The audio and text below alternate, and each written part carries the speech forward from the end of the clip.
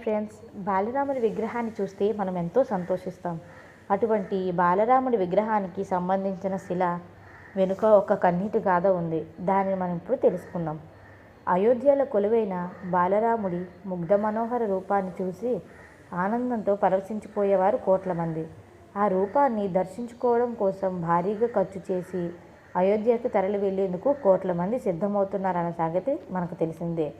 అయితే ఇలాంటి వేళ ఈ విగ్రహాన్ని తయారు చేసేందుకు ఉపయోగించిన శిల వెనుక ఒక కన్నీటి గాథ ఉంది. ఇది అనూహ్యంగా బయటకు వచ్చింది.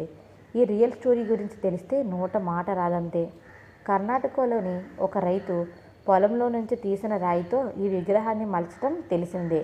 అయితే పొలంలో రాయిని బయటకు తీసే క్రమంలో ఆ పనిని ఒప్పుకున్న ఒక కాంట్రాక్టర్ అప్పుల పాలైన సంగతి తెలిస్తే అయ్యో అనిపించకుండా ఉండదు. బాలరాముని విగ్రహాన్ని చక్కగా చెక్కిన అరుణ్ యోగిరాజ్ని అందరూ ప్రశంసిస్తున్నారు. కానీ ఆయన ఉపయోగించిన శిల ఎక్కడిది, దాన్ని బయటకు తీసిన వ్యక్తి పరిస్థితి ఏంటో తెలుసుకుందామా?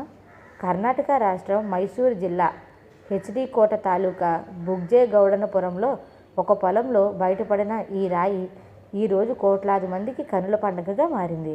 తన పొలంలోని రాయిని గుర్తించిన రైతు దాన్ని బయటకు తీసే కాంట్రాక్టర్ను శ్రీనివాస్ అనే వ్యక్తికి ఇచ్చాడు.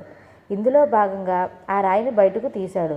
రాయిని బయటకు తీసిన తర్వాత కార్మికులకు ఇవ్వవలసిన డబ్బులు ఇచ్చేసిన తర్వాత సదరు కాంట్రాక్టర్కు 25,000 మిగిలింది. ఇక్కడే అనుకోని సంఘటన తెర మీదకు వచ్చింది. తన అనుమతి లేకుండా పొలాన్ని తవ్వి రాతిని బయటకు తీశారంటూ కర్ణాటక రాష్ట్ర గనులు భూగర్భ శాఖ అధికారులు నోటీసులు జారీ చేశారు. తక్షణమే 80,000 కట్టాలని, లేకుంటే క్రిమినల్ కేసులో నమోదు చేస్తామని వార్నింగ్ ఇచ్చారు. దీంతో భయపడిన శ్రీనివాస్ చేతిలో ఉన్న 25,000కు అదనంగా 55,000 అవసరమయ్యాయి. అతని చేతిలో డబ్బులు లేకపోవడంతో భారీ తాళిని తాకట్టు పెట్టి జరిమానం కట్టేశాడు.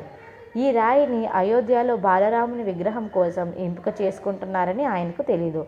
అయితే అయోధ్యలో బాలరాముడి విగ్రహానికి అవసరమైన అరుదైన రాతి కోసం అన్వేషిస్తున్న వారికి శ్రీనివాస్ బయటకు తీసిన రాయి మేలు రకమన్న విషయాన్ని గుర్తించి దానిని అయోధ్యకి తరలించారు. ఇది అయోధ్య బాలరాముడి విగ్రహానికి సంబంధించిన శిల స్టోరీ. మరిన్ని వీడియోల కోసం లైక్ చేసి సబ్స్క్రైబ్ చేయండి. Bye friends.